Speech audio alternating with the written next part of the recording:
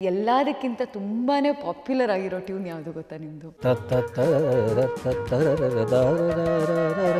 ಕೊಳಲು, ಕೊಳಲಿನ ನಾದ ಯಾರಕ್ಕೆ ತಾನೇ ಇಷ್ಟ ಇಲ್ಲ ಹೇಳಿ? ನಮ್ಮ ಸಂವಾದದ ಕಾರ್ಯಕ್ರಮದಲ್ಲಿ ಇದ್ದಾರೆ ಪ್ರವೀಣ್ ಗೋಡ್ಖಿಂಡಿ ಸರ್. ಕೊಳಲಂದ್ರೆ ನಾನಂದ್ರೆ ಕೊಳಲು. ಮೊದಲ ಬಾರಿಗೆ ನೀವು ಕೊಳಲನ್ನ ನುಡಿಸಿದ್ದು ಯಾವಾಗ? ಎಷ್ಟನೇ ವರ್ಷ?